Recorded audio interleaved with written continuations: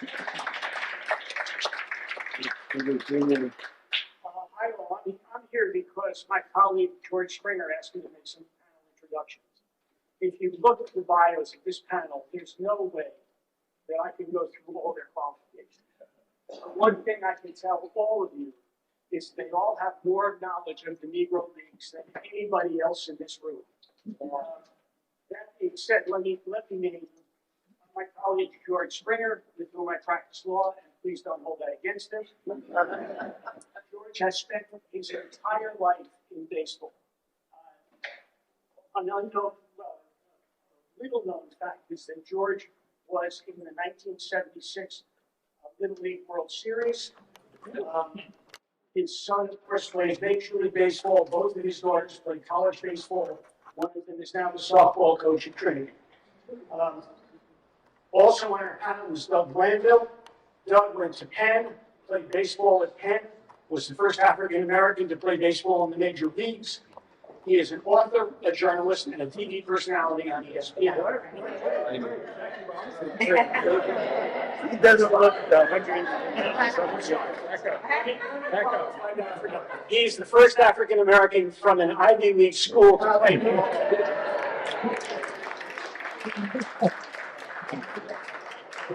That's your ability to pick on a lawyer. Walter Harrison is with us. Walter is president emeritus at the University of Hartford. In 2020, he started studying and teaching about the Negro Leagues, and he's going to add a bunch tonight. Diana Pauling is our other member. She is an associate professor of American Studies at Trinity. She has published, lectured, and taught on Black autism, which, if you have seen the play, you understand may well have had an impact on Toni Stone's life. Lastly, the man that I will call the uber fan, Phil Ross, who grew up in the Bronx, now lives in Queens. He saw Jackie Robinson play at Evans Field. He saw Willie Mays play at the Polo Ground. He has only omitted from his life the team I grew up with, which was the Yankees, but we'll put that aside. And Phil has been teaching about the Negro Leagues for the last 30 years. With that, I have nothing to add that they won't surpass, so welcome to God.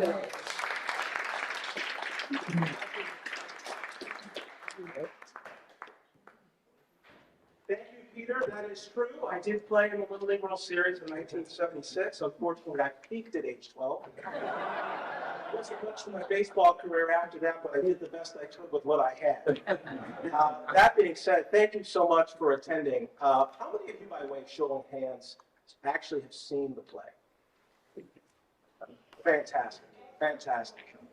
It is going to be extraordinarily difficult in the hour that we have and in the Q&A after that to do justice to all of the issues that are raised by this play, but I will do my best with this very august panel. I do have the privilege as well as the challenge of navigating through the next hour a lot of different issues that range from the history of Major League Baseball to Toni Stone's experiences on the field. And how many of you, by the way, before you saw the play, knew who Toni Stone actually was? So my father was a history teacher. And I learned an awful lot about the Negro Leagues from him as a young person. But I didn't know about Toni Stone. In 2017, I had the privilege of going to the Negro League Museum. And if you've never been there before, it is a really amazing place to go. And I found myself going through the aisles, in and out of the aisles, and becoming extraordinarily emotional about the experience. And for a couple of different reasons. One is, when you get to read about who these individuals were and the remarkable lives that they led, but the obstacles and the challenges that they had to overcome just to step on a baseball field. And then you circle around and you get towards the very end, and there was an exhibit of Toni Stone. And I said, my goodness, I had no idea that a black woman played professional baseball at a time when she did. She was born in 1921, during a time of Jim Crow, during the time of racial segregation in this country. And when you think about that, what was happening from 1921 to 1954 when Brown v. Board of Education, which was decided on May 17, 1954, was decided, was this country was still going through intense racial segregation. And yet here's Toni Stone with her tenacity and her resilience. So hopefully join us in the next hour. Hope we can learn something about Negro League Baseball. And thank you very much.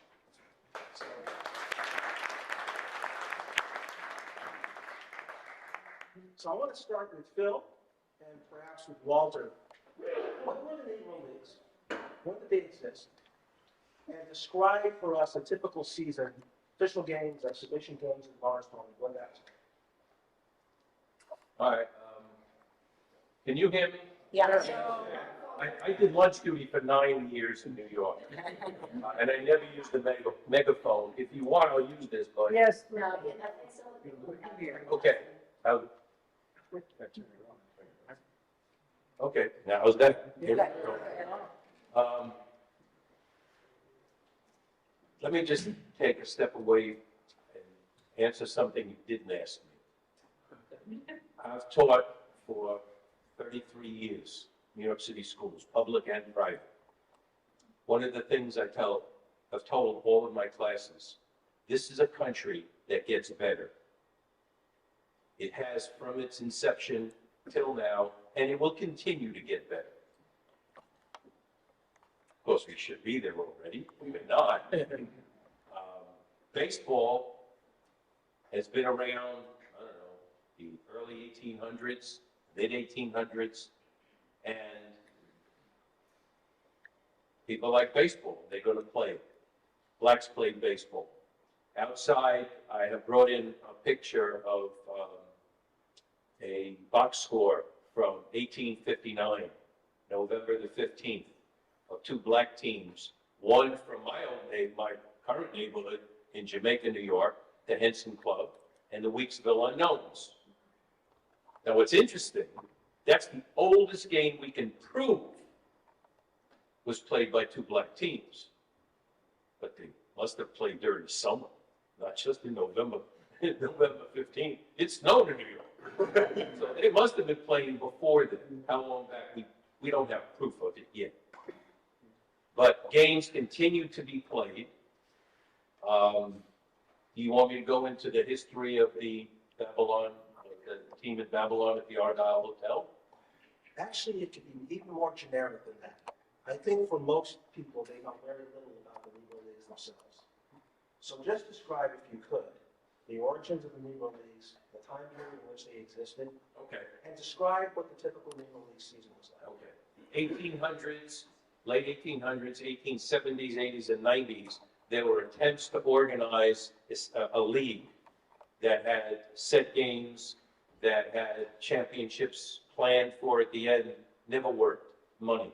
Always a problem.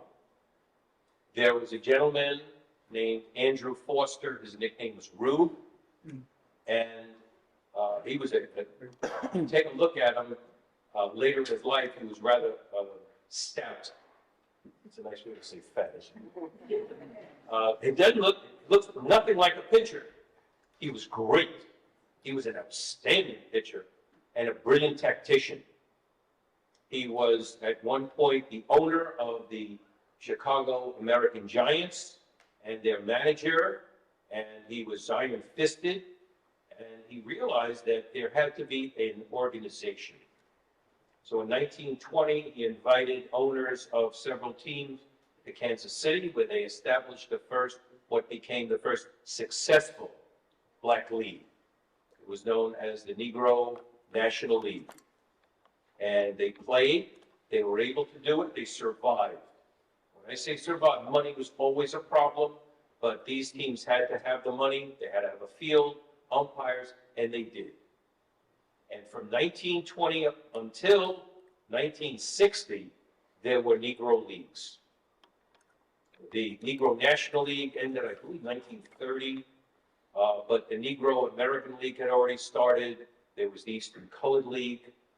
Typical season, they would travel by car, occasionally by train, usually by car, from city to city. They played games on weekends, which meant during the week, and when they had nothing to do, they played anybody they could. Any money they could make, playing barnstorming games against anybody. They were ready to play. Phil, you Thank you. Teacher should know better than that. I apologize. Barnstorming was they would just travel around and play ad hoc games. They call the town 50 miles away, 100 miles away. We'll see you. We'll play Tuesday and Wednesday. We'll play another game. Then we'll play here. We'll play there. Barnstorming was a lot of traveling around. That's what it was.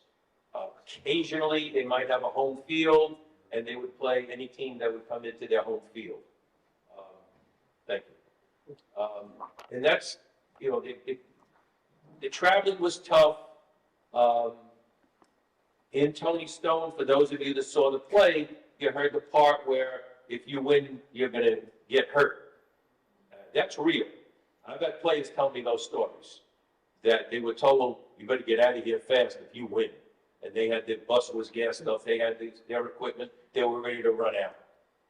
Those were really, really rough. That was really tough. But they did it. I mean, I think about it sometimes. Yeah, it was hard, but probably easier than picking cotton or working in a steel mill. I mean, we don't say work baseball, we say play baseball. So, yeah, I guess that was a little bit better. It was tough. I mean, getting food was difficult, especially going through the South, being able to eat. I don't know if they had the Green Book. I'm sure they knew where to go, but it was tough. It was still tough. Better in the North, but still tough. Hey, Walter, can you pick up on that? Sure. Let me just pick up from what Phil was saying. So the real great years for the Negro Leagues were between 1920 and about 1947 when Jackie Robinson integrated Major League Baseball. And ironically and sadly, because the best black players after Robinson started getting picked up by the Major League teams, the Negro Leagues declined. A lot of black fans who had gone to watch Negro League games just migrated to the Major League team in their city. But they hung on until the early 60s, and actually the Indianapolis Clowns, who Toni Stone played for in 1952, the year of this play, were the last of the Negro teams. They lasted all the way to 1980, but the last 15 years or so, they were primarily barnstorming. So the irony was the heyday of the black leagues drew to an end when one of their best players, Jackie Robinson, went to the Major Leagues. After him, a whole group of them followed, so the best players were leaving. I'm a native Pittsburgher, and Pittsburgh had two great black teams, the Homestead Grays and the Pittsburgh Crawfords.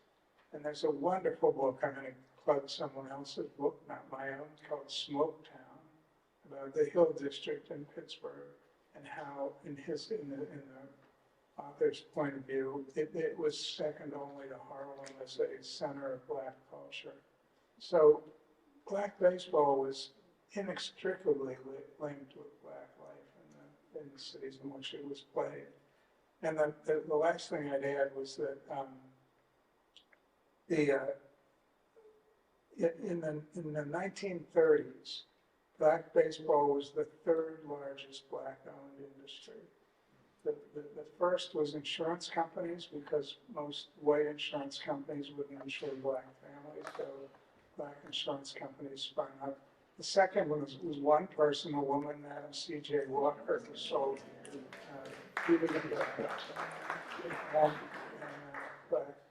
the Negro Leagues were the third largest industry. So they, as you said, Phil, they scrambled around for money. They took long bus rides. but, and the life wasn't easy, as the play indicates, wasn't easy for those players, but as an industry, blacks who were excluded from the major leagues after 1888, they used their own ingenuity, their own hard work, their own creativity to create a really flourishing industry for 30 years. And this is back for both Phil and Walter. You started briefly, Phil, to talk about some of the conditions that the players experienced on the road. Can you go in a little bit more detail about sort of the physical, psychological, and emotional demands on players in the Negro Leagues?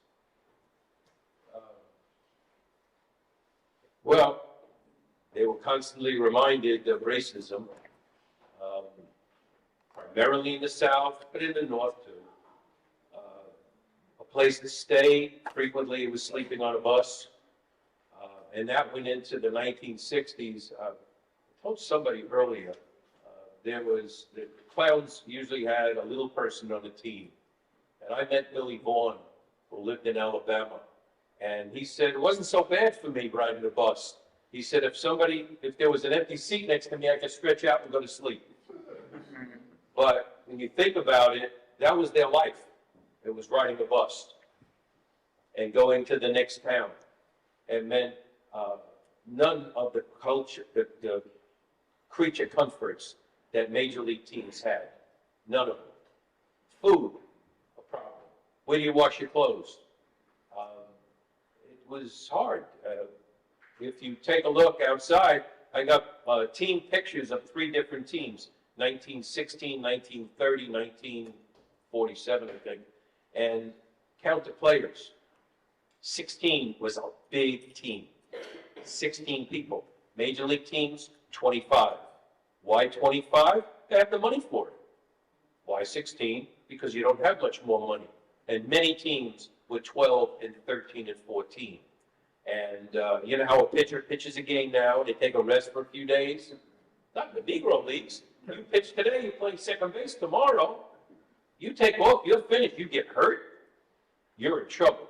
In 1939, Satchel Paige, who was Mr. Negro Leagues, I'm going to use the term, he didn't lose his arm completely. He couldn't throw. He wasn't able to throw, a tremendous pain. And he told the team owner, J.L. Wilkinson, I'm done, I'm finished, I'm going to go home. And Wilkinson said, no, we need you, we need you. The fans love Satchel Paige. So he would stand on first base, he would show up. Meanwhile, his arm was getting massaged, and his arm came back. But in most cases, if you couldn't play, you're done. So if you got hurt, you didn't tell anybody. You went out and you played. You couldn't do it. Did I cover it? You covered it. I think this is right, that Page, for the last part of his career, had his own trainer when he was playing for the Monarchs, who's basically, his job was keep him healthy so he can go out there and pitch. And I think about that a lot these days, because if you follow Major League Baseball, there's this rash of arm injuries this year. That would know this better than me, but probably 10 to 15 of the best starting pitchers in baseball have some sort of elbow injury. And I keep thinking about this, not only in Negro Leagues, but in the major leagues in the 20s, 30s, and 40s. Those guys pitch more innings, they didn't pitch as hard, but there's just as much wear and tear on their arm. And you don't hear about, Sandy Koufax would be the exception to the rule, but generally you don't hear about too many of those players being out for a year because of an arm injury.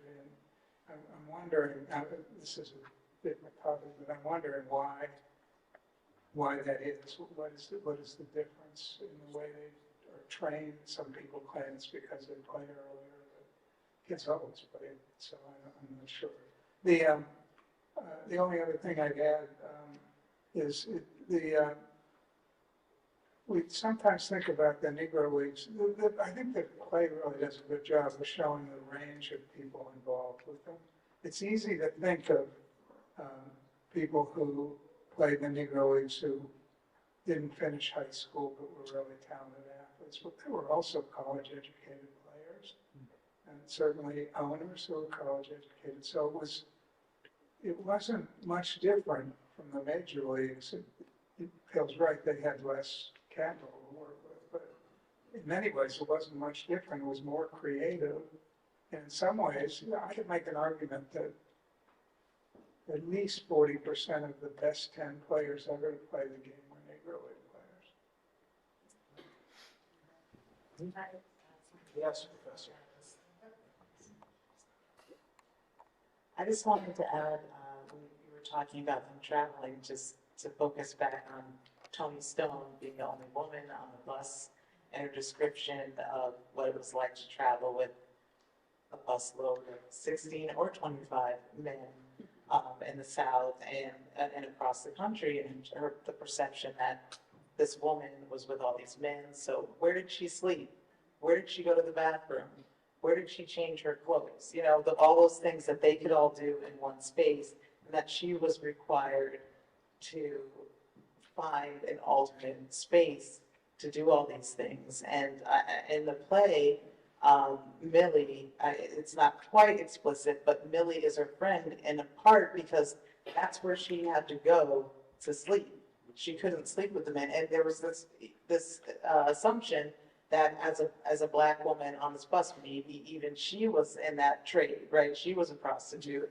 So and she talks about the way in which throughout the South, eventually she had these places that were safe for her to stay, and these women who had different careers that her parents were sort of saying that might happen to her because she wasn't conventionally a woman or a wife, that she had to navigate in ways that the men already in the sort of white supremacist context, she had the gender, additional gender pressures that she had to work around. Hey Doug, I'm going to pivot to you for a minute. Obviously the play centers around Toni Stone playing baseball. And obviously all the challenges, we're going to get into some of that a little bit later, but some of the challenges she faced both internally and externally. But she chose baseball. She loved baseball. And baseball is one of the most challenging sports that you can play. Somebody who obviously attained a high level of success, being a Major League Baseball player yourself, could you just give a sense to the audience here how difficult this game actually is? Yeah. Well, I mean, for starters, I mean, the play, first of all, captures that really well. I mean, and the poetry of her talking about what she loves about baseball and how it makes sense of the world for her, I thought that was, extremely well done.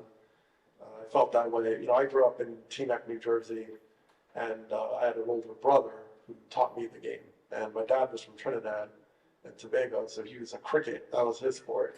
But he was older, and he's like, I can't really go out there, but I had an older brother to kind of take me. So I learned baseball through like a brotherhood. And I remember my brother mapped out his plan for me. Right? I remember it was like wiffle ball, we're going to play stick ball, we're going to play Stratomatic. Those Stratomatic fans here? Yeah, there we go. Stratomatic, and we're going to learn the rules. And so here I was 7, 8 years old playing with almost high schoolers, learning how to play the game. So I credit a lot of my brother creating that tone of not only the competitiveness of trying to catch him, but also the camaraderie and the connection around the sport and associating it with family. And I think you need such a grounding in this game because it comes at you every single day. And I remember the shock of going from a college schedule or a high school schedule to 25 game, college, maybe 50 to 60, and then, signing and getting drafted and be like, wait a minute, you play 144 games? It's like, what are you doing? So there's no reprieve, and I think there's an element of the challenge of getting perspective that's kind of hard in baseball because you're in it every day, you're trying to make it, I'll go back once in a while to watch videotape of like, at bats or something in the season. And the thing I'll notice is like every time the video moves 15 seconds, I'm in a different city. Literally in San Francisco, Los Angeles. And so that taxing element is already challenging at a major league level where you never pick up your bags and you're doing well on the back. Certainly many of the people that came before us. and just to add the thought that you have to endure the challenge and rigors of the sport with dealing with Jim Crow and, sexism and racism and all these elements just to do something you love to do. It's almost unfathomable. I think that really brings it home for me because the game in and of itself, the challenge of hitting baseball at 95 miles an hour, the challenge of doing it every single day and across the country in front of different audiences and traveling, through cities across America or internationally, and the focus that it takes to do that year in, year out, and then be able to not have that reprieve, to be able to just be about the game. That's what, Toni Stone kind of encapsulates so well. So with that, what is the significance of Toni Stone playing this game? I mean, from what I understand, and please correct me, historians, if I get this incorrectly, from I believe age 16, she started barnstorming with teams, and ultimately she ended up signing in 1953 with the Clowns, and she ended her career in 54 with the Monarchs. But she had a significant period of time, almost 2.5, 3 decades, where she was playing this game. So to your point, Professor Paulin, how difficult do you think that was for her during that stretch of time, given all of those obstacles and given how difficult it is to play the game itself? Can you comment on that? Yes. Kind of a Trying to correct me if I was wrong in my history. Was I wrong? No, well, I think it speaks to the power of the play excavating history that has not been um, um, well known in the history of baseball, but also in the history of gender and race. Um, I think um, that it's really the play and her life and her ability to sustain her career, her focus, which I'll talk a little bit about that a little bit more later, but that mentally, emotionally, physically, talking about even her body as a target, right? That she, sliding into her, that she had a woman's body, right? So there's scenes, it's not in the play, but talking about them sewing, the women sewing in a bra so that she could be protected, those kinds of things that she learned over time. So seeing her as this celebrity in 53 and 54 doesn't speak to the longevity of her career. I'm sure the historians have more to add to that. That's me. I don't know. I was thinking of my own job. I was a school teacher for 33 years, and every day I had to come in ready. And if I wasn't ready, I was through. So, yeah, I agree. It's tough because you have to be in shape. And new city every day. I had the same classroom most of the time. But it was, if you want to do well, you've got to work at it. And when I saw Doug earlier, I said, I got to hand it to you because no athlete makes it to the pros without working hard and continuing to work hard. So a player like Toni Stone and those on her team had to work hard and continue to work hard. It's not easy. But they call it play baseball, not work baseball. And maybe that meant something also. And there was one of the things that we didn't mention yet was there was notoriety within the black community if you were a ball player. You had notoriety. Up until maybe 10 years ago, if you're a black person or young black person in America, you want to excel, you go into entertainment or sports. Now you can be president of the United States. That's pretty good. But if you wanted to excel, those avenues are open and you had to work toward them and you had to work toward it. And you knew that you were going to be facing difficulties. Growing up, if you were black in America, you knew you were going to grow into these difficulties and you had to stick with it. There was a lot of teamwork across sports and entertainment to support one another. But again, if you got hurt, you don't tell anybody because you got to go out and play the next day. And you have to. because there's somebody waiting to replace you. And not easy. Absolutely not easy. I think when I met Toni Stone and wrote to her and I got to know Mamie Johnson, man, I really admire him. I really admire him. It's not easy, and it wasn't. But because of them, things get better, and we stand on the shoulders of those before us, so we can enjoy things, hopefully more, and hopefully more as the future goes on.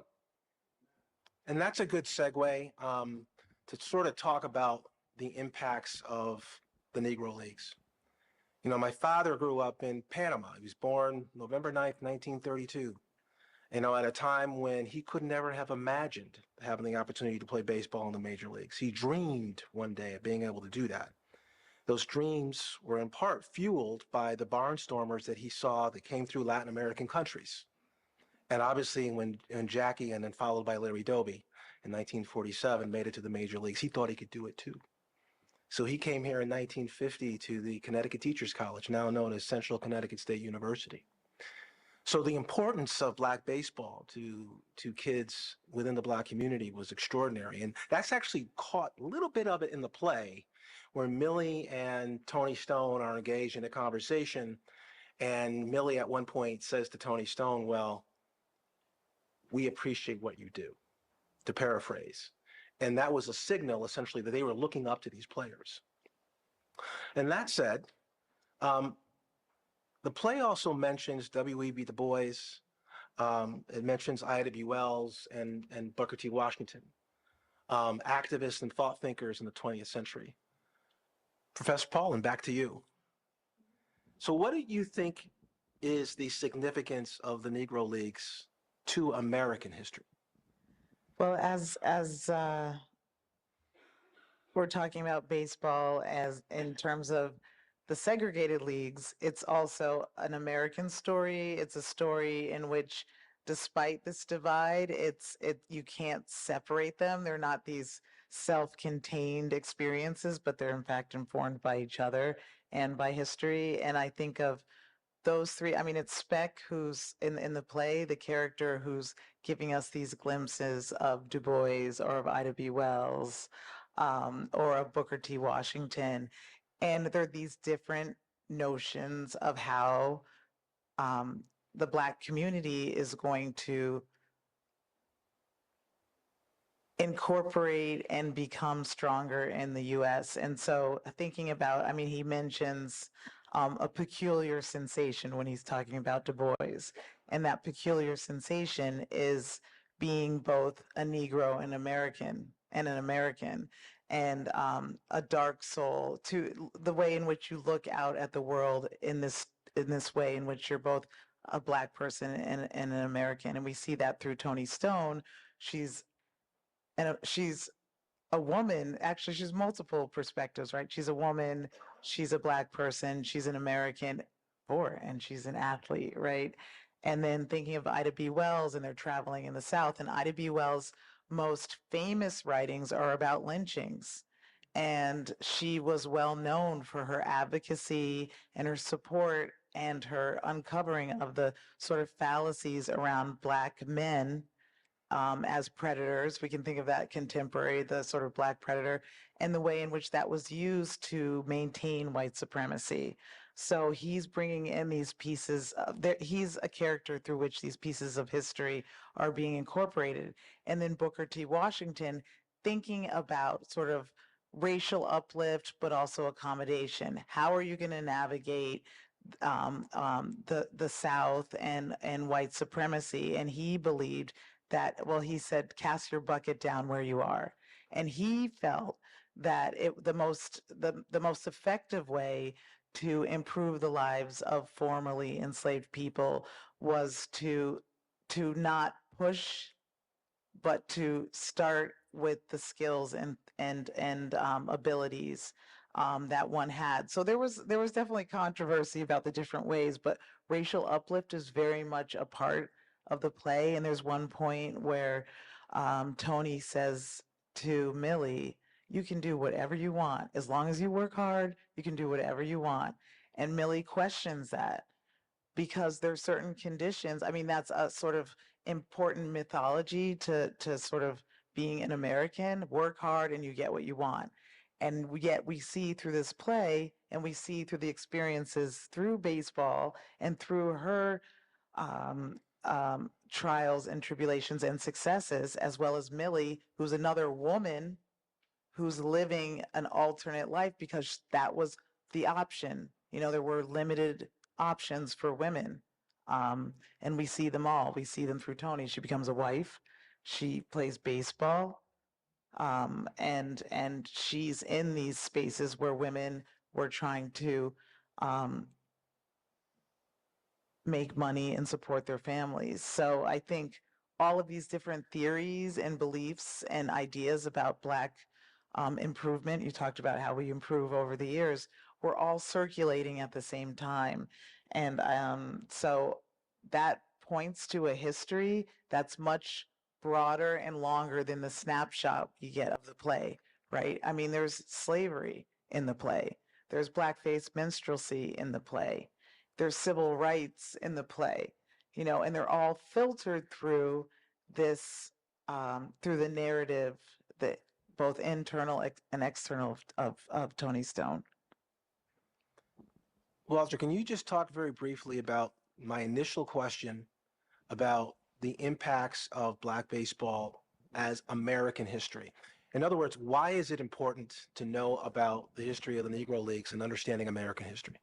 You know, anybody who knows me, I think you can make that argument for all of baseball, that there's some connection in the various stages and types of and forms that baseball has taken over the years that reflect the greater culture. But for me, the most, I mentioned this briefly before, the most important lesson that I draw from the Negro Leagues is that with odds stacked against them, Black owners and players and managers were able to create something that was magnificent with very little capital, very little money available to them. And for me, that reflects that kind of puts a lie to some of the prejudices about Black and brown people in this country that they were able to create for themselves with no real help from, only marginal help from a few white owners. They were able to create a magnificent thing for themselves, and they did it with a lot of creativity. The Black leagues were different than the white leagues at the time. Can't say that I ever, you know, unfortunately never saw a game myself, but having read enough about them, the Negro Leagues were really interesting, exciting games with a lot of creativity that the major leagues at the time didn't have. So for me, you can see in the Negro Leagues a microcosm of Black life in the mid 20th century in America. Doug, I know that you recently participated in the East-West Classic in Cooperstown. And if you could please tell everybody about that experience. Well, that was incredible. Well, so the Baseball Hall of Fame, we were part of a committee for a couple of years, almost, I was a little shorter time frame, to look into an exhibit that ultimately became called The Souls of the Game. And it was looking at sort of Black life, Black baseball history through that lens, and they wanted to create a new wing of the Hall of Fame. So that sort of started that conversation, and eventually it led to wanting to recreate the East-West Classic, which is the kind of the Negro Leagues All-Star game that would take place in Major League ballparks year in, year out. And it showed the strength of Black business and the fan base because they would come and sell out these venues to see these Black baseball players. And this past season, they decided that we would have an East-West Classic kind of tribute. And they assigned two captains, CC Sabathia, Chris Young, and they kind of recruited players. And there ultimately was about 24 of us plus a couple pitchers. And they had us kind of come to see the ribbon cutting for the new exhibit and also walk through the history and then play in this exhibition game. Monet Davis was in the game, and yeah, it was an incredible chance. And I think for me, I felt part of almost a family reunion in many ways, because there was my contemporaries to certain degrees. I was probably on the older side of the players, I guess, but there was also players that I admired, looked forward to, looked up to, coaches, players I watched as a kid. Also, the Negro League players that are there, like Pedro Sierra, who was one of our coaches, and Sam Allen. So just watching this moment of just thinking of all this history in one room and all this great talent in this one room, you started to make these connections to how this actually related to the exhibit and the souls of the game, and which was stirring to me, because it was watching the stories of how, you almost see the not stick to sports, right? The idea of we have to use every avenue possible to make the case for equality, for change, for empowerment. And watching these athletes write, or Jackie Robinson or many others, Wendell Smith, for example, writing about how this is important to use this platform to make change and make the arguments for the change that's required.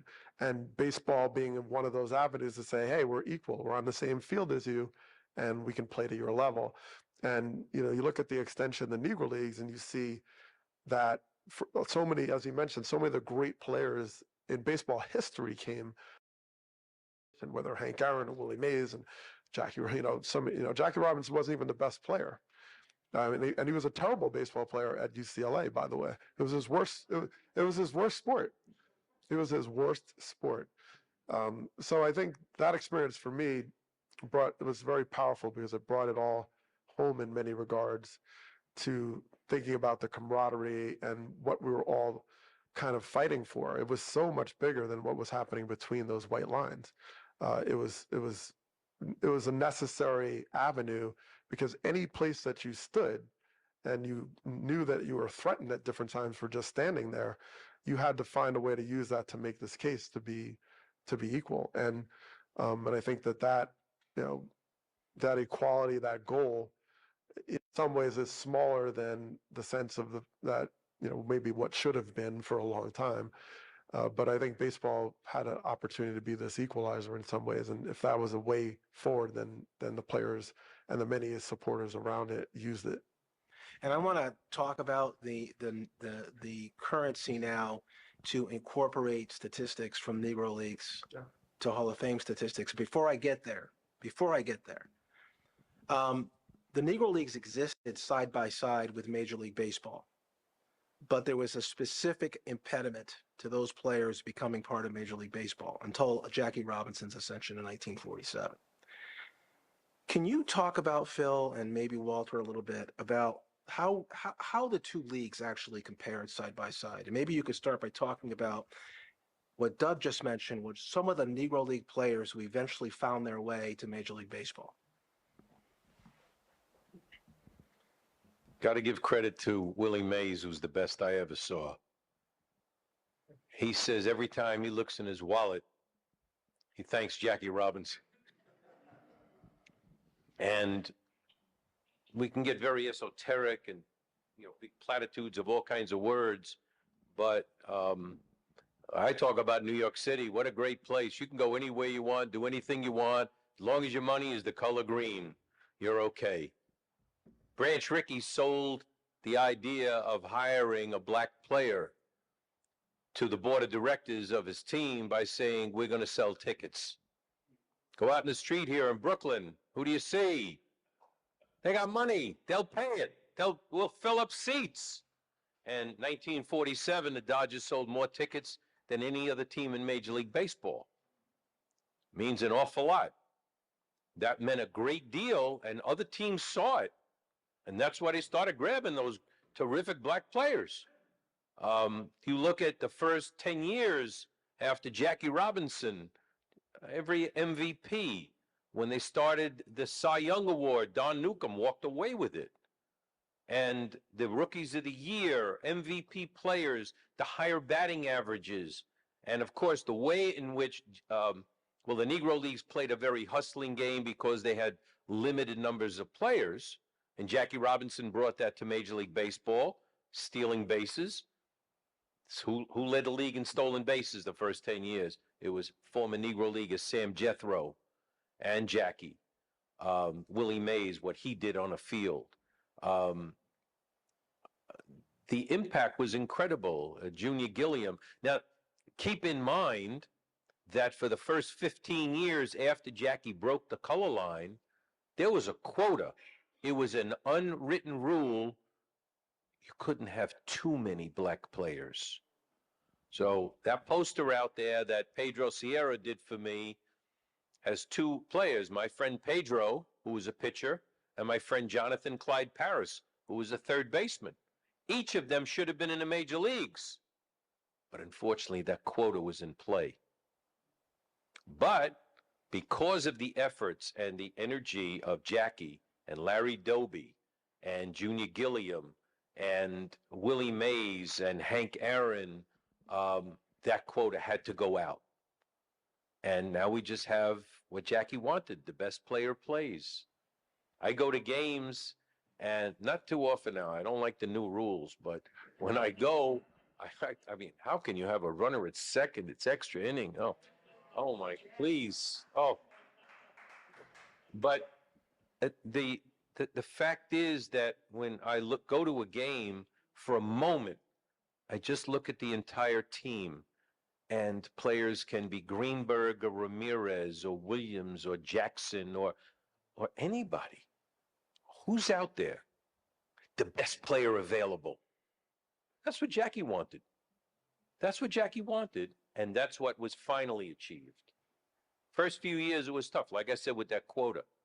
And there were Negro leaguers that had the talent that didn't get signed because of a quota, which was unfortunate. But thankfully, because of I don't know what the word, courage might be one word, maybe it works, I don't know. But the fact that they were able to stick with it, we can go enjoy the game now.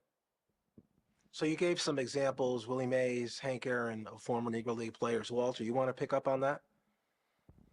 Well, I wanted to say, first of all, that if you contrast the games, the Major League games and the Negro League games in the 1920s and 30s, it's remarkable how similar they were in lots of ways, that they both had home run sluggers, they both had great pitchers, but I think that the 30s, Major League Baseball in the 1930s, well, it had some terrific ball players. I don't mean that it didn't. Was a little less interesting, just from a fan's point of view, than the Negro Leagues.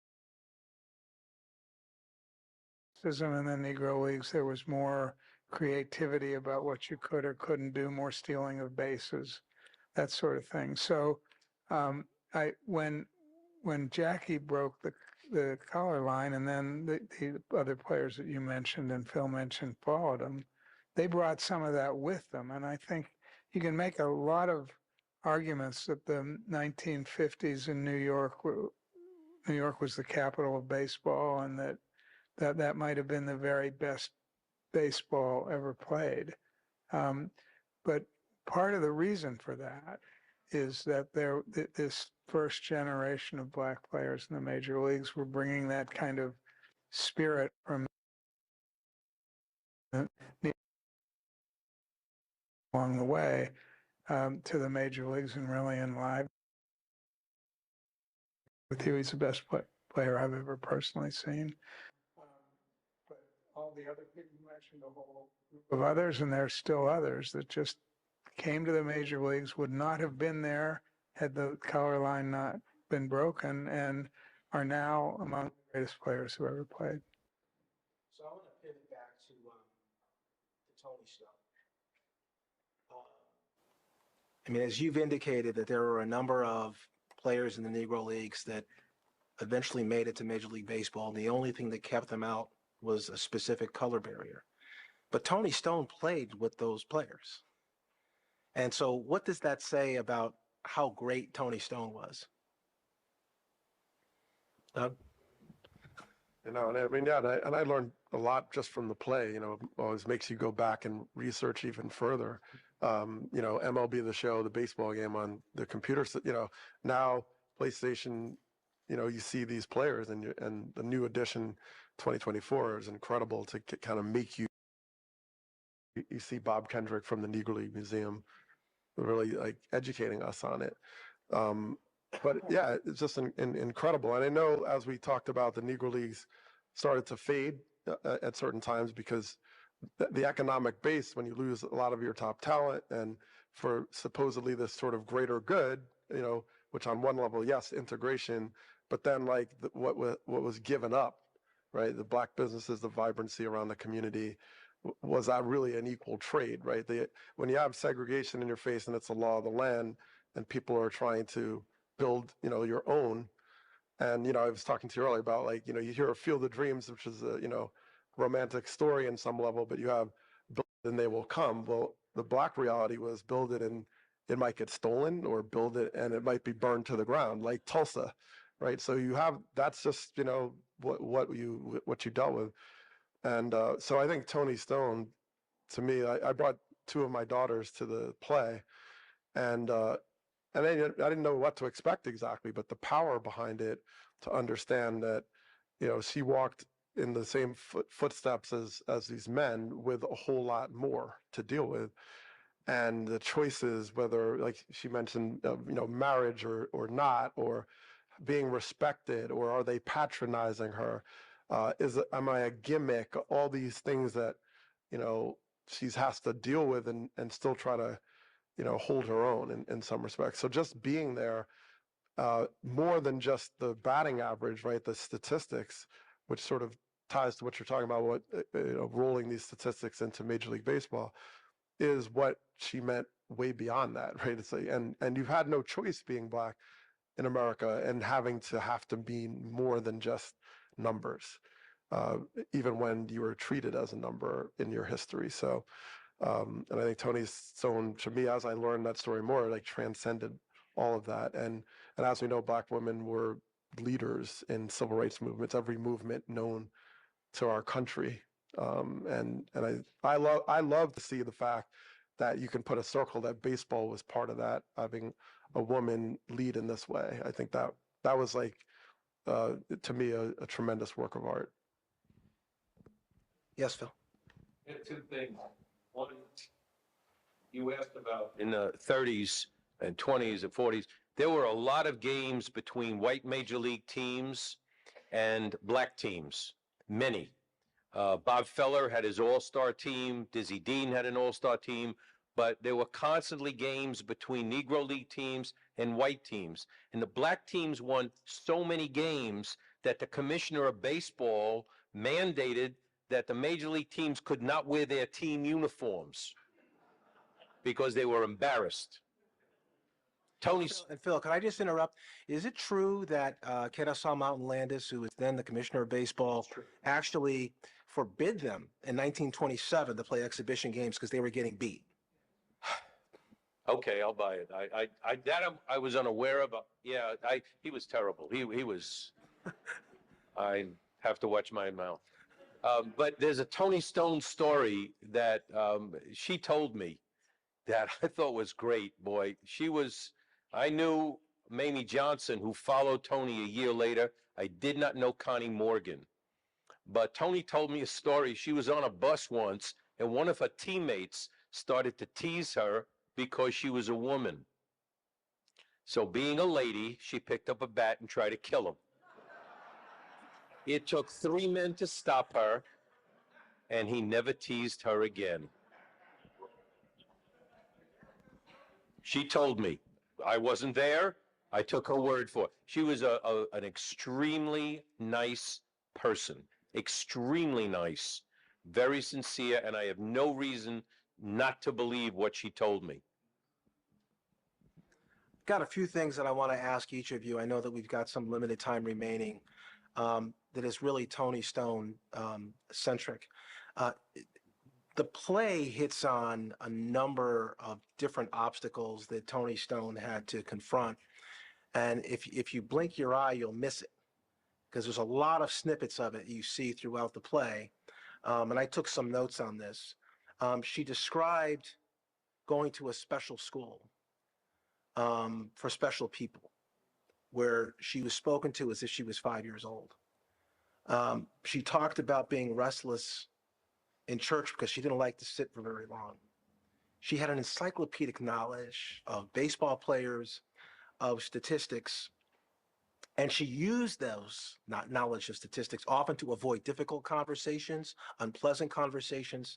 And you see her using it as a soothing and pacifying mechanism at one point when she is confronted by one of the players on the team in a very ugly scene. She didn't like math, but yet she had an acute understanding of angles, which is geometry, and velocity, which is physics, which speaks to a high level of intelligence. There wasn't anything athletically that she couldn't do. And you see snippets of that in the play as well. Dr. Paulin, what does that speak to you about some of the difficulties that she had to encounter that were both external and internal? This was something I focused on a lot during the play, during the performance. But before I get to that, I just also wanted to speak to talking about the color line, the gender line, right? She was banned from the White Women's League, right? And Right. because of race.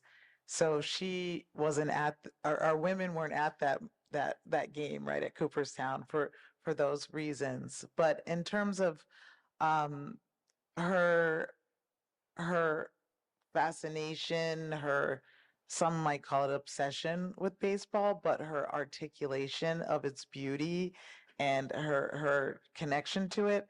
As someone who looking through a disability lens, because that's what I also study disability, and also through an ableist lens, part of what these players, Black players, were dealing with was this idea that you had to be exceptional, not just good, but exceptional. And that's what ableism is. It's a way in which we categorize people based on their ability, right? And then put on top of that these expectations around race, and then put on top of that these expectations around ability and thought. And certainly I saw her as on the spectrum, as neurodivergent. I mean, using, as you said, it's called stemming, self-stimulation, when you're trying to soothe yourself when something, so she would start citing those statistics. Um, there are many lines in the play, which probably was the most obvious, saying, "Oh, you're so literal, you're so literal," and when she says to Alberta, "Oh, I wouldn't kick you out of bed." Well, she doesn't say it right, but she says, "If you were eating crackers in bed, I wouldn't kick you out." So taking something that she had learned and reproducing it in a way that was literal to her. And I think, I mean, she could almost come to the point of being a savant in terms of her ability in terms of sports.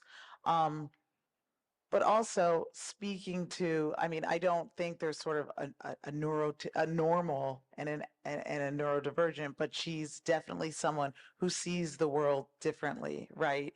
And going back to that notion around like Black players, the creativity, she uses what she knows and what she loves to propel herself in her career, right? And to learn, and the fascination, and it builds relationships in ways that aren't typical.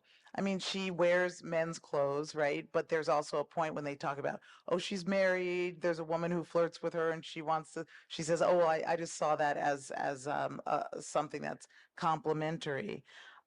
So there's a way in which she's fluid, right? She has this um, she doesn't see herself as special, in the way that it's defined as being sort of um, well, she sees herself as outside the norms, and that's why I think she and Millie also connect, because they're not conventional women. But I also see the frustration with it. We see her sort of internalization. And because I teach, I'm a close reader, so of course I circled a quote. But she's like, the world, everyone's always getting angry with me because I don't understand. And her way of being in the world is different from other ways. And she says, well, I'm sorry then. Folks want to all the time be mad at me. And I'm doing all kinds of jumping jacks, trying to understand why and what I did and figure out what they are saying so I don't do it again. When someone worked that hard to hear what I'm saying, like that idea that people are mad because they're misreading what she earnestly is trying to say from her perspective. And what I loved about the play is we get that internal narrative, right? We see how people misread her, but we also see how people include her and embrace her because of her ability and because of her earnest passion for the game. So I see her as neurodivergent. I see her as on the spectrum, but I also see that as an asset that within this segregated community is very much something that's valued and something that she's able to develop as a player and as a human being, right? And we have Alberta who says, I don't care if you wear men's pants, right? And hat. You're a woman and I love you, right?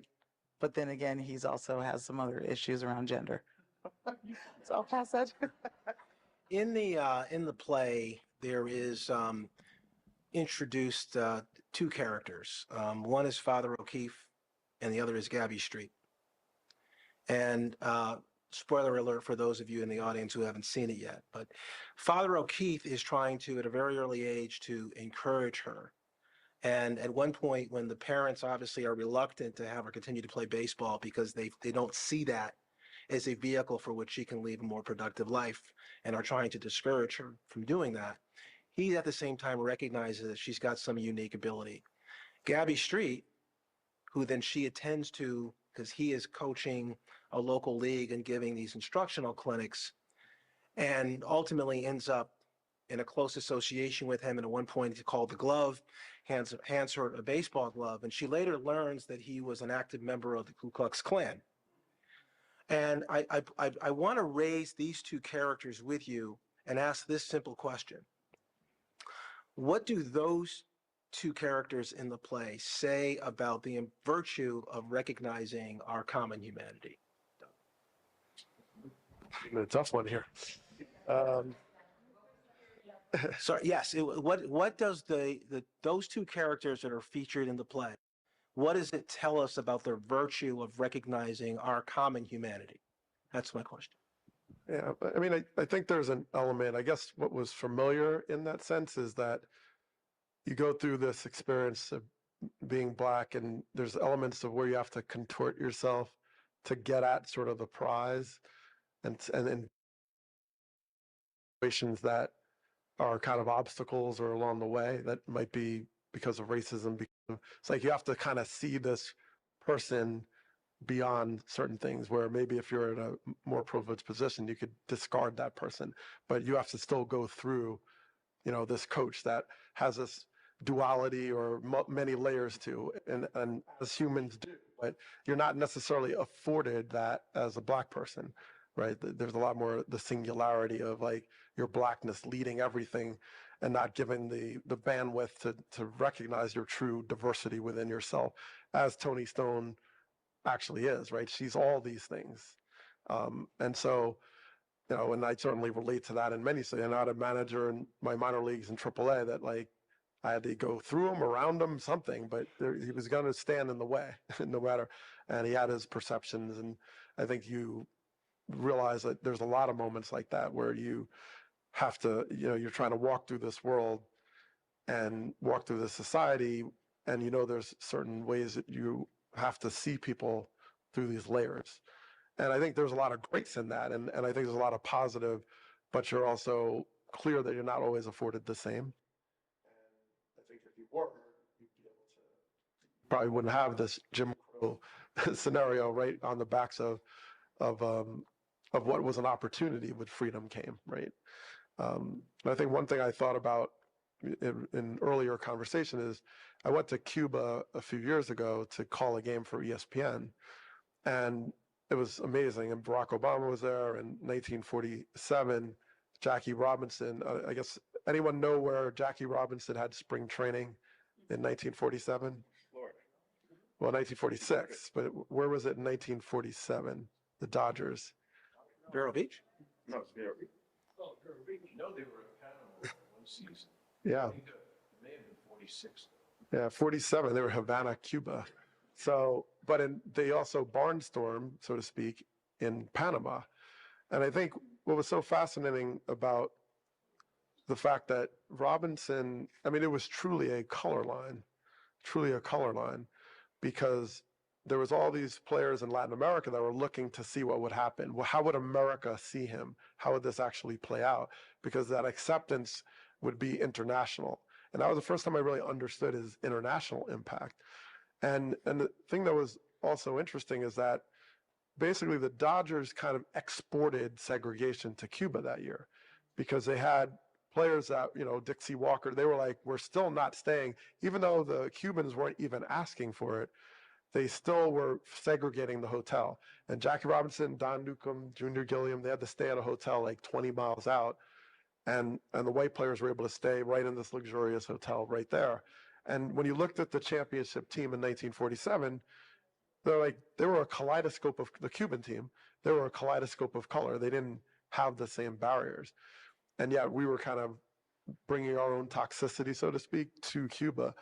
And I remember I had the good fortune that week of interviewing Jackie Robinson's widow, Rachel Robinson. And I asked her, 1946 versus 47. And she was staying positive, but she was just saying how they were so welcome by the Cuban community as Black, they're just part of it. So I think, to your question, watching those nuances and those elements of what Jackie Robinson and his family endured, and realizing that they had to deal with this. I mean, once again, binary is the multiplicity of who they had to be to try to fit into all these places and code switch and be all these things to try to actually get to this whole basic concept of like, I'm just trying to be a ball player here and I just want to have the opportunity to beat you on the field or show my medal and keep it simple. But they didn't have that simplicity. And so that's what I think of, when in that question. Walter?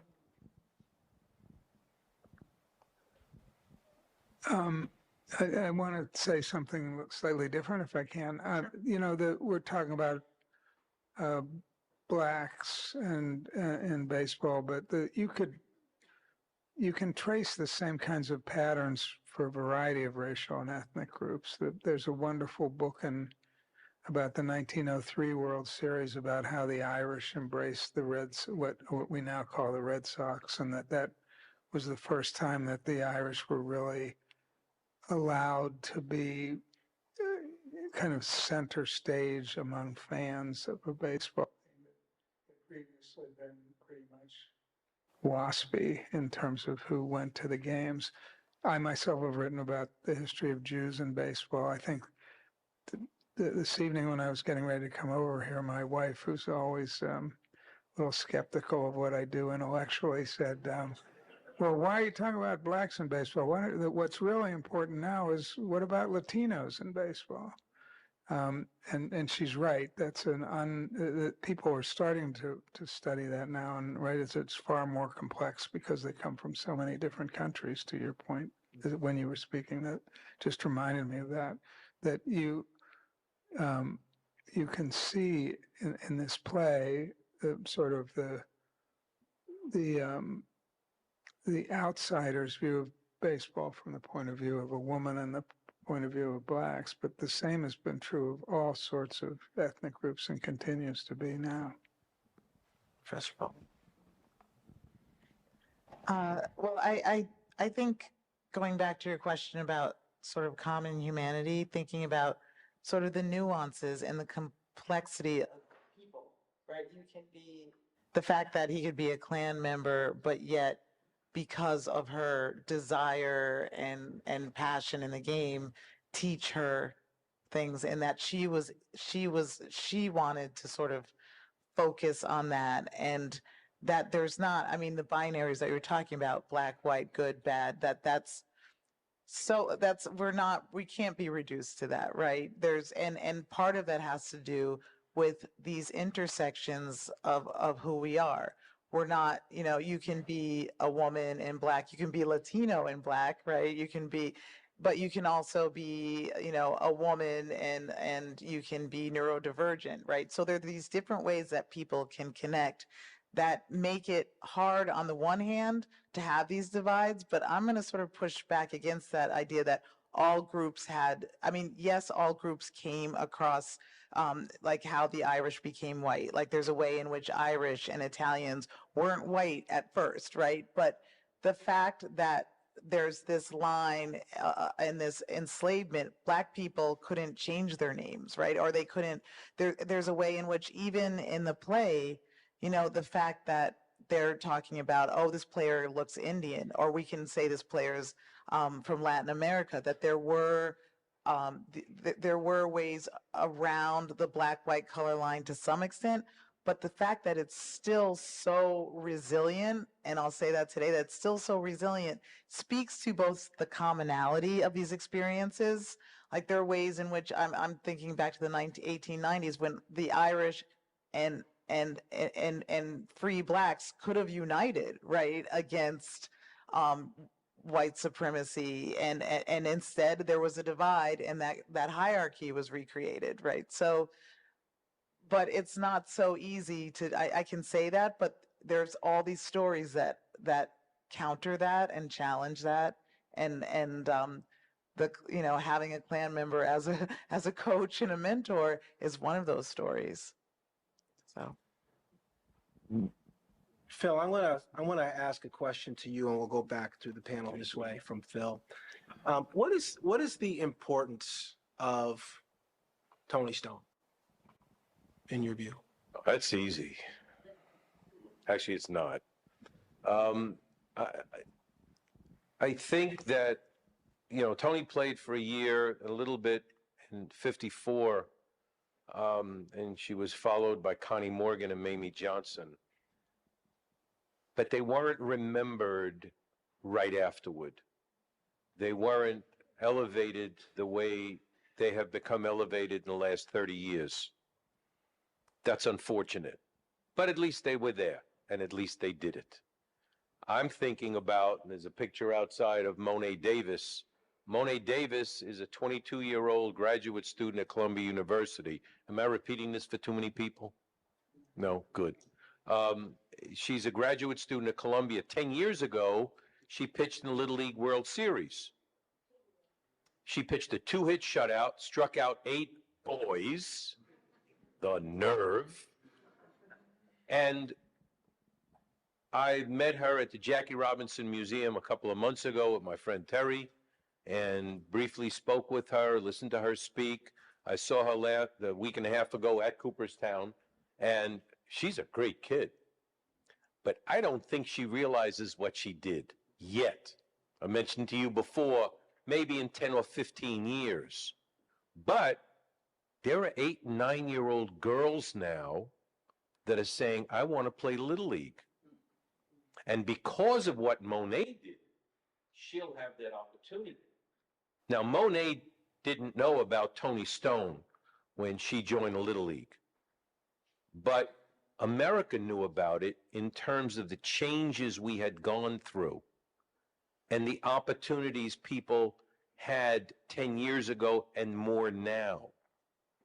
So I think that, you know, Toni didn't break into the books until, I don't know, 25 years ago, 30 years ago. But what she did kind of, you know, something happened. And America was changing. And as I said before, this is a country that gets better. Are we where we ought to be? No. Yeah, if the color of your skin is different than the color of mine, it's going to be tougher. I know that. I know, but it's not as bad. If your money's green, you got a better shot. If you really want to work at it, you got a better shot. You got probably a fair shot in most cases. That's good, and it's only going to get better.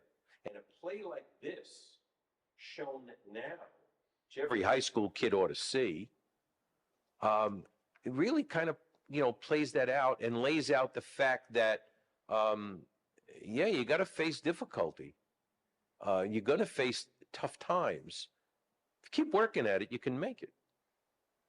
Professor? Same question to you. What is the significance of Toni Stone? Your view. I think, as this panel has shown, that there are a lot of different layers to this story. But I think that it shows, well, first it shows how history and the legacy of history is still very much present in 2024. And that often we don't even know whose shoulders we stand on. And this, I think the importance of Toni Stone is demonstrating, are reminding us of those people whose lives and work and sacrifices we might not know about, but we benefit from. And also,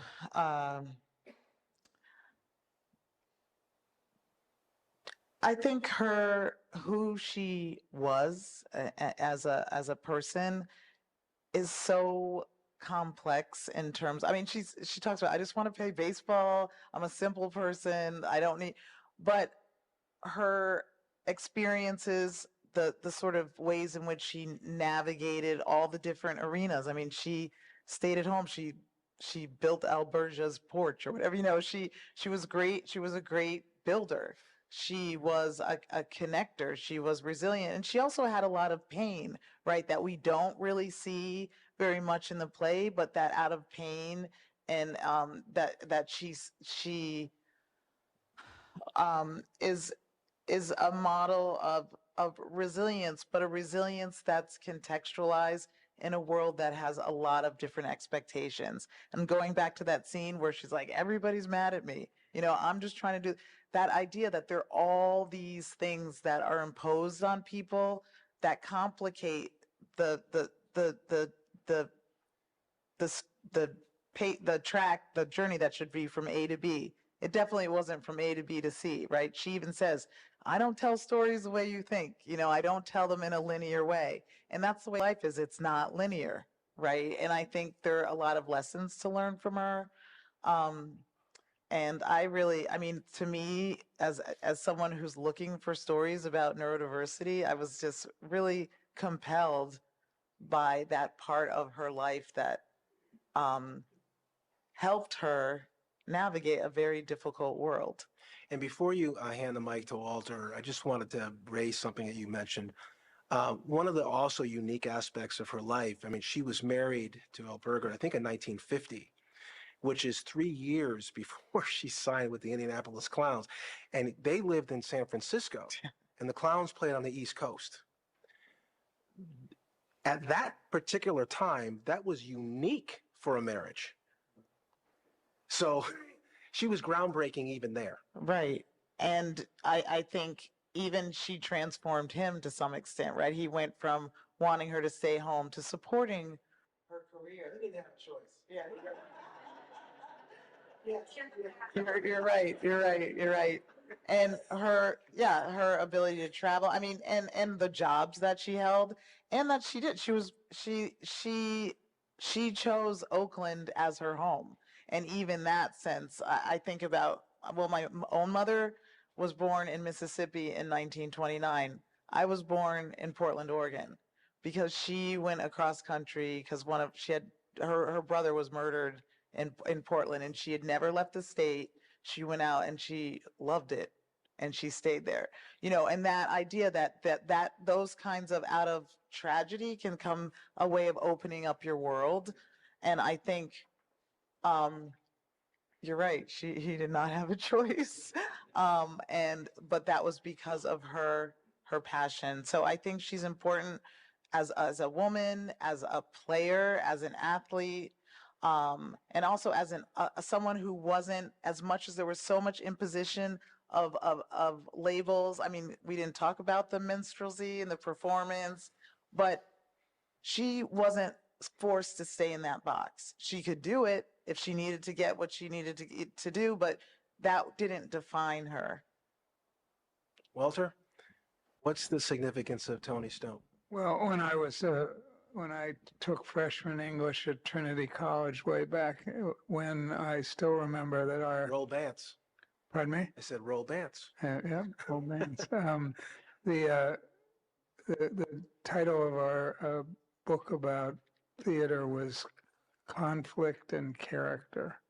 And I think that would speak pretty well to why I really like this play. There's a constant conflict between Toni Stone, a woman in a world dominated by men who are not interested in giving her much space, and then it's a play about race, obviously, but it's also a play about character and the strength that what I remember after the play is the strength of character she had with all the complications and difficulties she faced.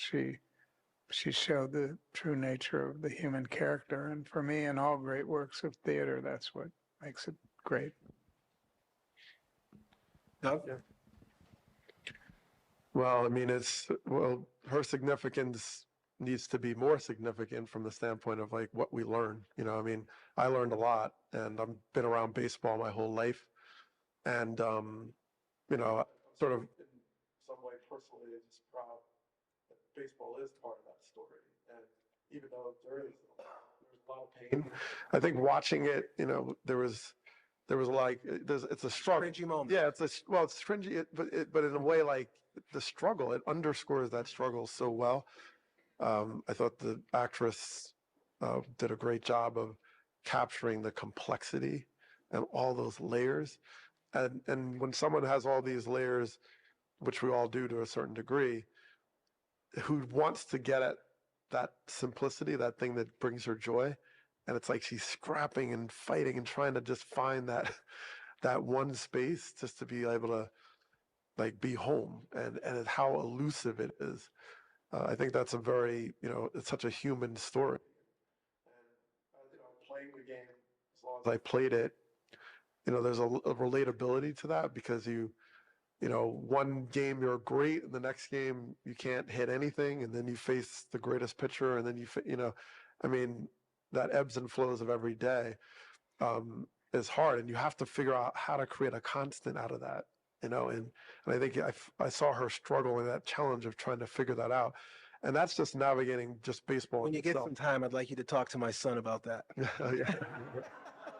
He's still trying to figure that out, trust me. Right. I mean, it's a lifetime. But in that, she tried to create her own through lines, tried to create her own connections. And I think there was an independence to her that it was like, I don't need these things, right? I don't need these boxes to check, to be a wife, to be this, to be that. I have baseball, you know, I think, and whoever's going to try to stuff me in this box, they're still going to have to adapt to me to a certain degree. I mean, it's a powerful strength that she had. So I think she can mean a lot to any and everybody if given the chance. And I hope this is part of being able to reveal her story more, because it's a story that needs to be told more. Doug, thank you for those comments. I couldn't agree with you more that her story is so important. But we learn of it through plays like this. And I think, Phil, you mentioned earlier that the importance of telling the story, not just about sort of where we were and where we can go, but it shows the potential trajectory. Given all of those obstacles, and there's a scene where I think it's Speck that says, "Toni, you did it. You did it." And boy, did she. Just an amazing, amazing person. So I want to sort of end this with a shameless plug for the theater. It's theaters like this here in West Hartford and around the country that put on plays like this that can make, I think, a crucial difference in bettering the understanding of our communities, our state, our country, about strong, incredibly talented people like Toni Stone who overcome such immense obstacles. And I just want to thank the theater. I hope everybody can give a round of applause to the theater.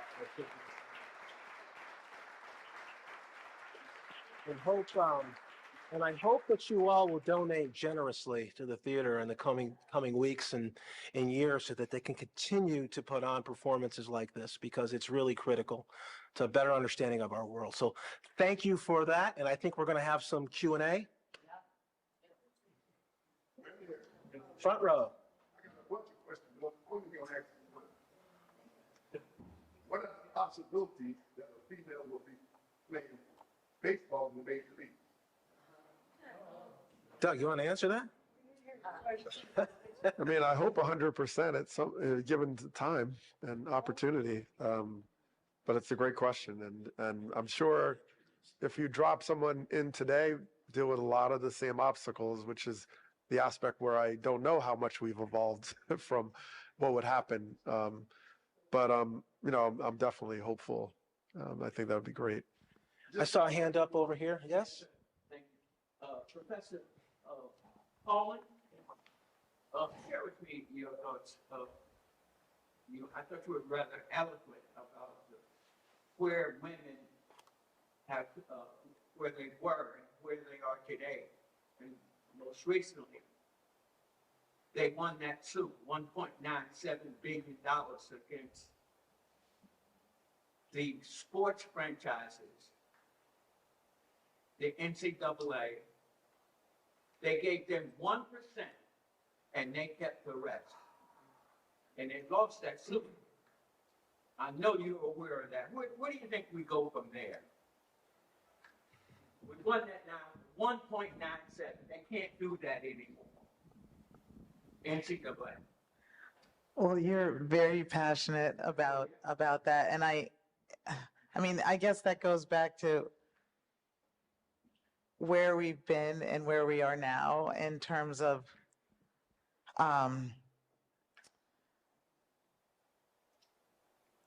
it's you know, around sexism. I mean, it's and around sort of the how we value men and women's sports, and it's still not equal. I mean, there's not equity. I don't. You probably have more. I mean, it's kind of funny, not funny to me, but ironic. You know, we're talking about Toni Stone and we're talking about, you know, gender differences, and look at our panel. No, you know, but that's because, you know, there's a long history of sports and of certain voices dominating sports and deciding what's valued and deciding how. I mean, there's a scene in the play where she's negotiating her salary, right? And she gets him up and up, and then she says, "I'll take 300." And he says, "Good. Well, I was going to give you 350." And statistically, women are not as good of negotiators as men. And I'm not saying to blame women, but I'm saying there's a reason about sort of gender expectations and women as caregivers and women as givers. So I think in some ways, Toni Stone is an exception to that on the one hand. On the other hand, she falls into the same sort of trap. And I'm still learning. You know, I ask other, you know, part of what has to happen is that men in the sport have to advocate for women, right? And it's sort of like people, you know, it's not the responsibility of people of color to talk about white racism, right? So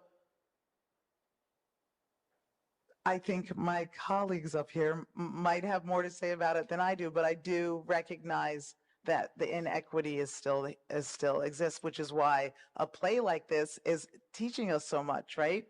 Because we didn't know, or I didn't know, you know, and it's one story out of many stories that haven't gotten told. I saw a question up over here, right here. Oh, me? Oh, Yes, sir.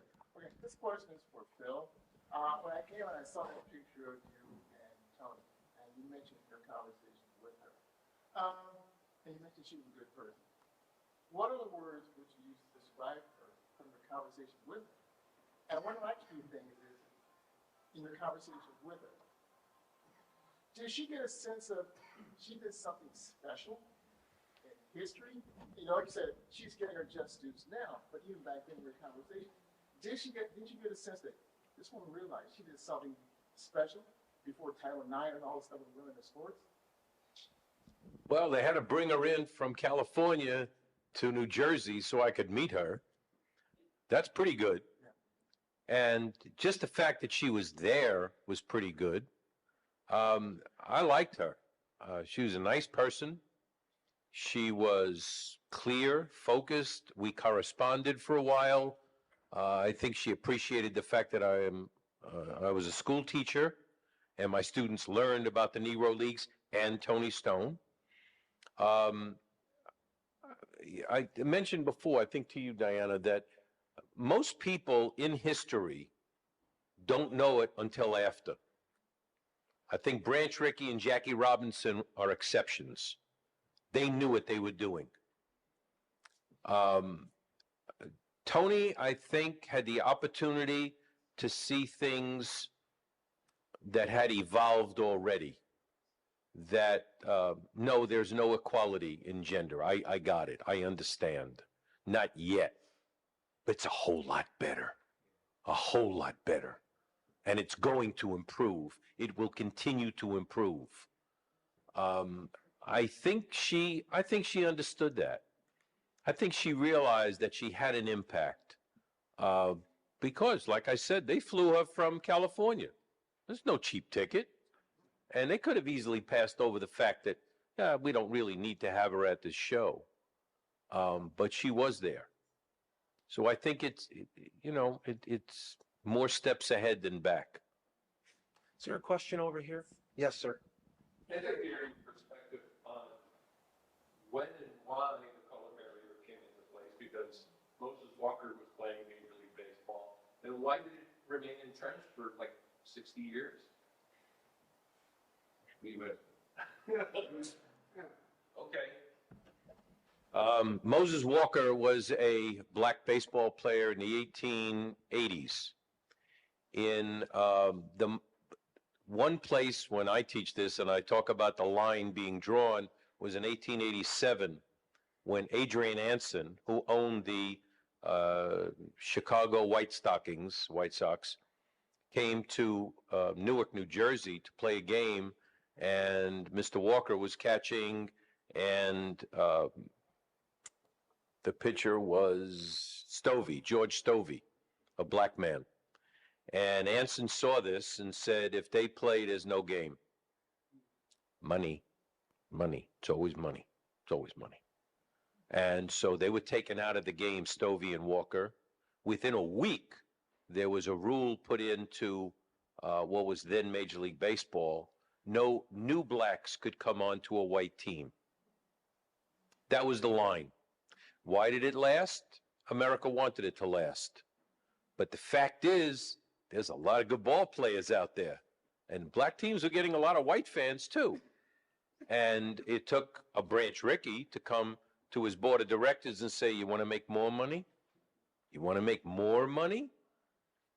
Now, of course, you got to realize in the 10s, 20s, and 30s, and 40s, if baseball had been open to blacks, there would have been white players had to work. So they wanted to keep that door shut. But you couldn't stop it. The reality was the talent was there, and they were demonstrating it around the country more and more and more. I mean, it was blacks who brought in night baseball in 1930 with the Kansas City Monarchs and their portable lighting system. Major League Baseball didn't have anything close to it for 5 years. So black baseball was being seen. It had to break down. That's the history of America. It takes too long. It takes too long, but it did happen. But that line was drawn to me, 1887, if you want to draw a line, that's when it came. And then, thankfully, Mr. Robinson. Thank you, Jackie. I see a question. Was there a hand up over here? Yes, sir. Mr. Harrison referred earlier to the quality of the talent of some of the black ball players back then. I want to share with you part of a conversation I had with Monty Irvin just a couple of years before he died, about 8 years ago. As you probably know, he was actually the first choice to bring the color barrier.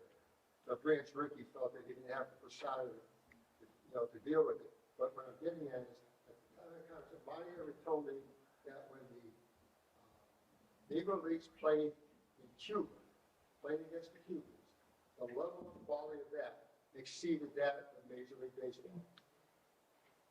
And wouldn't matter. Is there another question? Oh, in the back, all the way in the back. I want to follow up these two thoughts and remind everybody that baseball in the 20th century was very deep in the fabric of America. And the Negro Leagues demonstrated a powerful link with the civil rights movement because when Jackie broke the color line and then Frank Robinson and Willie Mays and Hank Aaron and those followed him, they were immediately among the best players in Major League Baseball. So Jim Crow was BS. Jim Crow was separate but not equal. But the Negro Leagues were very much equal. These players came from the Negro Leagues as complete players. So this mirror of inequality to America with the civil rights movement, my question is, why did it take so long? I mean, Jackie Robinson's 1940s. The Yankees and the Red Sox don't have a black player for decades after that. Why did it take so long? That's my question. I have a quick, oh, Walter, you want to take that? well, I will quickly hand it over, but I was going to say, I mean, you mentioned separate but equal going back to 1896, and that really solidified legally and institutionalized segregation. And it wasn't until Brown v. Board of Education in 1954 that that was overturned. And as we know, laws are put into place, but it takes a lot longer for those laws to really filter into communities and the way in which people, I mean, people, you could be arrested, right? It was illegal. So I think that's part of it. Yeah, well, I think you've kind of captured the spirit of it. My wife, when I was in the Air Force, my wife taught in Aiken, South Carolina in 1970. And that was the first year they had integrated their high school 16 years after Brown. So it takes, things don't happen overnight, as you just point out. I think we've already touched on it. You also are right about saying that Plessy made segregation legal. And so it's not surprising to me. It's actually surprising to me, not surprising, but in heart, it makes me happy that actually Ricky and Robinson came 7 years before Brown. It wasn't that the law changed to allow them to do it. They had the strength of character and the moral clarity to do it. So we've talked about all the various factors. The other one that somebody touched upon earlier was Kennesaw Mountain Landis was an out and out racist. And he was the commissioner of baseball for 26, 7 years. I mean, you've got the Brooklyn Dodgers with Jackie Robinson. Elston Howard doesn't arrive at Yankee Stadium for a long time later. It's got nothing to do with legislation. No, but it has to do with the strength of racism in this country. I mean, Tom Yawkey is a big reason why the Red Sox didn't have a black player until Pumpsie Green in 1959. And they were the last team, right? To integrate? Correct, the last team. Was Boston. But the Yankees weren't much earlier, as you just pointed out. Can I add something? Yes, Phil, go ahead. Yeah, let me add something to that too. When Mr. Rickey decided to try to integrate baseball, Kennesaw Landis had passed away, and the new commissioner, Happy Chandler, got a phone call from Mr. Rickey who said, I want to hire a colored player. And Mr. Chandler had been out in the Pacific visiting soldiers and sailors.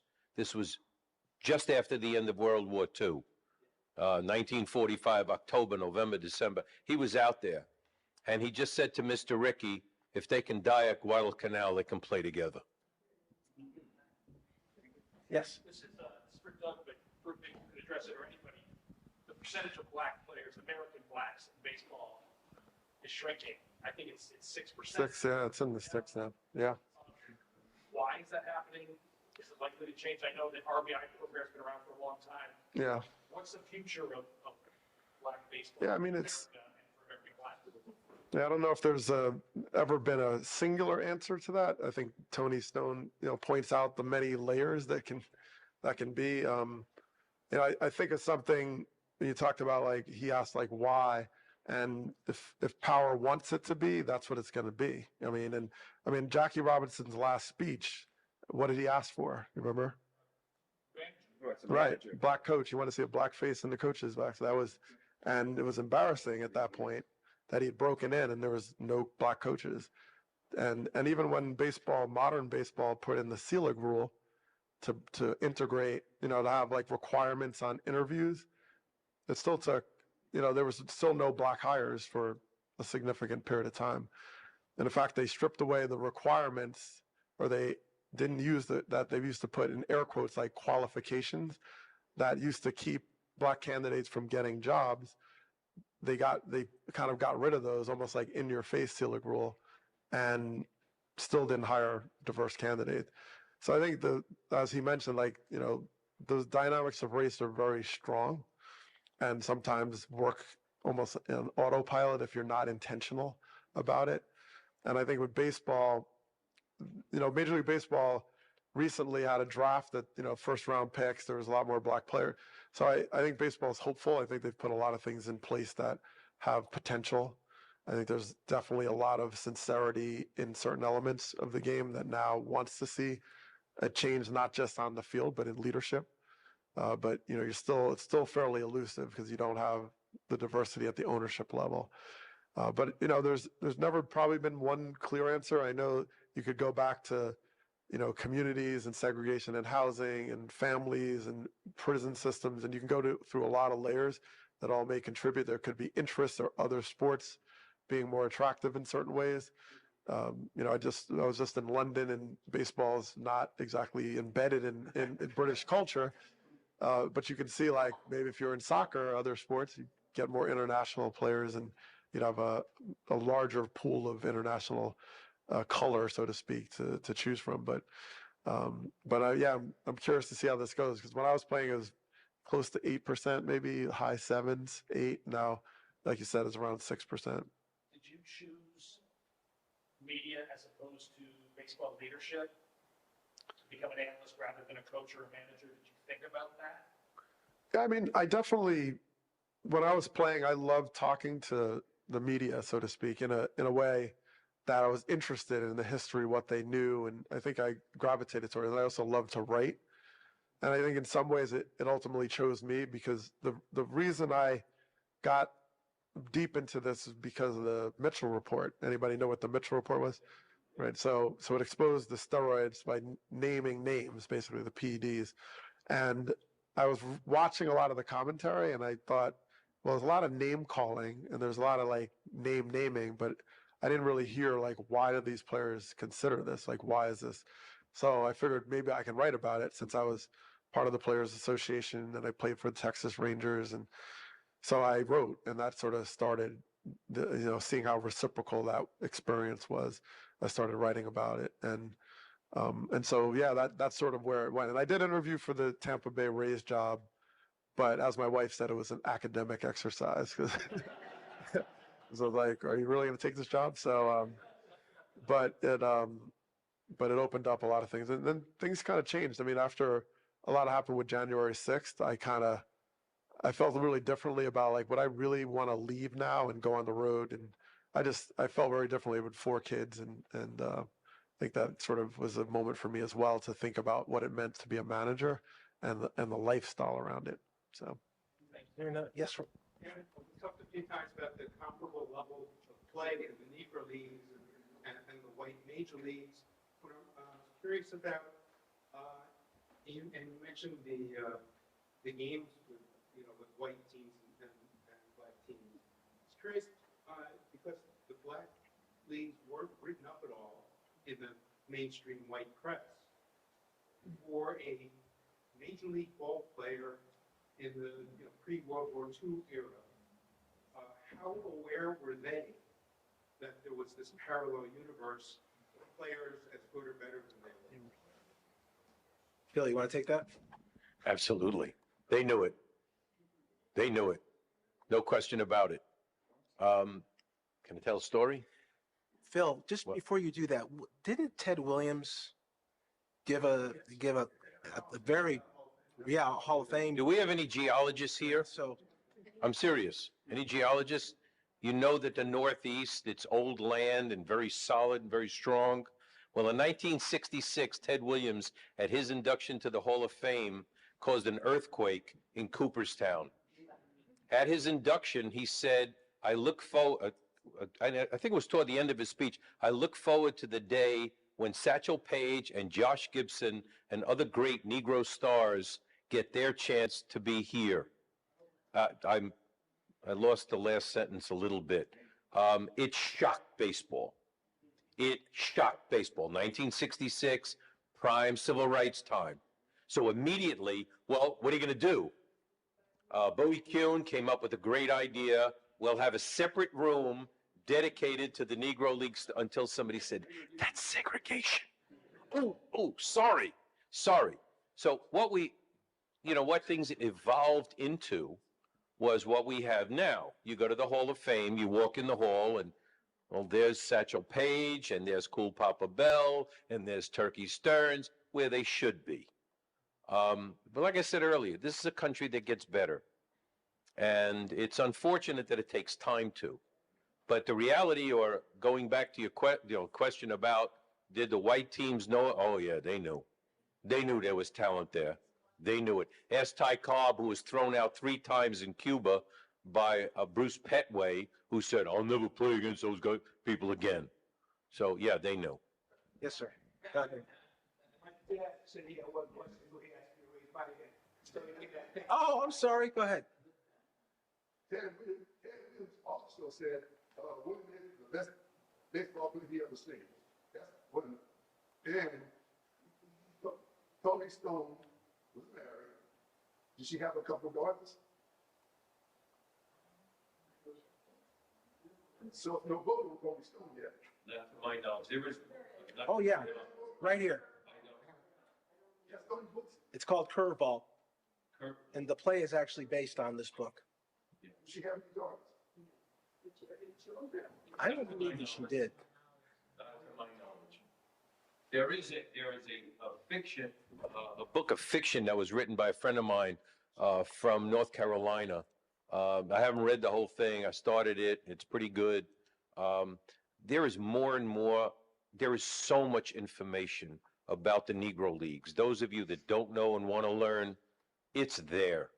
Learn and enjoy it. Yes, ma'am. So for a little bit of context, Connecticut passed legislation a few years ago for the inclusion of Black and Latino studies and history curriculum. So I've been teaching that course for the past 3 years. And I feel like I could teach a whole class based on what you all said tonight. It was so wonderful, the intersectionality of Tony's story and all of that. So I guess as a teacher, and I think also noticing that it's an older crowd here tonight, what kinds of wisdom, like if I could bottle something and share it with my sophomores, or kind of passing wisdom about what we've learned tonight onto the next generation, like what would be kind of those things that you really want us to capture for students and just young baseball fans coming up. At 30, I'm learning this history. I've been a baseball fan since I've been 8 years old. They should know before that. Doug, you want to take that? Well, I guess the context by which I can answer that is, I teach a course at University of Connecticut, or I have the last 5 years, and it's called Sport and Society. So I found that a lot of what we heard tonight is trying to really pull those stories about how sport really does inform larger society. Like they work together in many ways. And one of the history lessons I use is, back in the 1890s, way before, part of the reason why campaigns were called races, because your athleticism, and it was completely male dominated, was based on that made you more viable as a candidate. So really, originally, sports, there was no stick to sports. The only time stick to sports has ever come alive is when there was Black opportunity and immigrant opportunity that was going to kind of steal the spotlight and steal the power. So from that, and then later it sort of went back and then, sort of became more of a stick to sports. So I think the opportunity is to see that it's all connected. My class, we spend the first section talking about the history of how sports have been informing society. Then we go into current events, and then I talk about law and media and politics and how sport has shaped all those elements. So I think, I think that's the real opportunity to kind of fuse that in very well, and I think it fits like a glove. Yep, right here. Yes, so within the last month, Major League Baseball has begun to incorporated stats from Negro League ball players. So now Josh Gibson is the all-time leading hitter, a bunch of others. And this is primarily for Doug, but for any of the panelists. What has been the reaction of sort of the various communities, baseball, media, baseball, statisticians, whatever, on this? I haven't, my sense is that I expected more backlash than I've heard, but I'm not as close to it as analysts maybe. Yeah, I can start, I guess. I did write about this in the Atlantic. I was pretty passionate about it. And it's as a sport that loves numbers, right? It's like, and trying to, the idea that these numbers are immutable, right? This idea of the permanence of numbers, and then going back and realizing the omissions, right? You literally made an entire group of people invisible, in effect, right? Statistically. And they had a chance in 1969 to go review what stats they were going to consider. They went back to 1870s, I believe, and looked at some of the original leagues, and they just sort of skipped over the Negro leagues. And I think that was a sort of moment that they wanted to revisit. And I think 2020, it's important to note, 2020 opened up really the biggest conversation about that, because the Negro Leagues only played about, 60 to 80 games, somewhere in that ballpark for the most part. And they were always, it's not enough, that's not an official season, and so on. But then you had to include the statistics from the pandemic shortened season. 40 games. Well, 60. It was 60, yeah, 60 games. So Yeah. once you decided there was a batting title leader and a home run leader and a world champion and all that, then it was hard to make the case of why you could include the Negro League. So that really was a big watershed moment. And from that day, they were started to go forward and look at this more closely. Look, it's imperfect on some level, but more I've played and the more I've been around it, you realize that the numbers can lie. I know we say numbers never lie, but you have to add context to it. You have to add that there's biases about what numbers you elevate. Just like when I went to negotiate for my contract, I could choose to focus on my batting average against lefties on a Wednesday when it's raining, when the humidity is on Thursday. And they're going to focus on, well, what's your batting average when it's Tuesday, because they want to negotiate with you, right? So you realize that the context matters. And, I think it's it's a very American story in that sense, because we were talking earlier, right? When emancipation happened, right, and there was an opportunity to be like, okay, hey, this is great. We're all in this together. We're going to be, one people. And then what happened, right? Jim Crow happened, and North Carolina elections, and, mass, violence became part of the norm. And we lost this opportunity to say, okay, we can come together here. And from there, well, you lose you don't have the resources, as he talked about earlier, right? The businesses, the resources, what segregation really meant. And I think from there, now we're trying to glue this back together. And it's imperfect, and it's sloppy in some ways. It's inexact in certain ways, but it's necessary, because you're not just absorbing the numbers, you're absorbing the stories. And I think Major League Baseball is it's an honor for Major League Baseball to absorb those stories, or to fuse and be part of those stories of some of the greatest examples of perseverance and struggle, and still being loyal to this concept and this idea of this great experiment. I think that's actually a plus for baseball, to be side by side with, Turkey Stearns and Josh Gibson and what they went through. So the numbers now mean something else. But as I mentioned before, these leagues were built with a lot of disadvantages, and knowing that history showed from the Harlem Renaissance and fashion got stolen and capitalized from the music industry, all these real estate, land taken, all these examples, and people still move forward and still found ways to try to excel and create excellence. And I think, and from there, you have this opportunity, and people still invested in this country despite those things, even when they built things that were burned to the ground, literally and figuratively, and still carried on. So way bigger than numbers. It was a necessary step.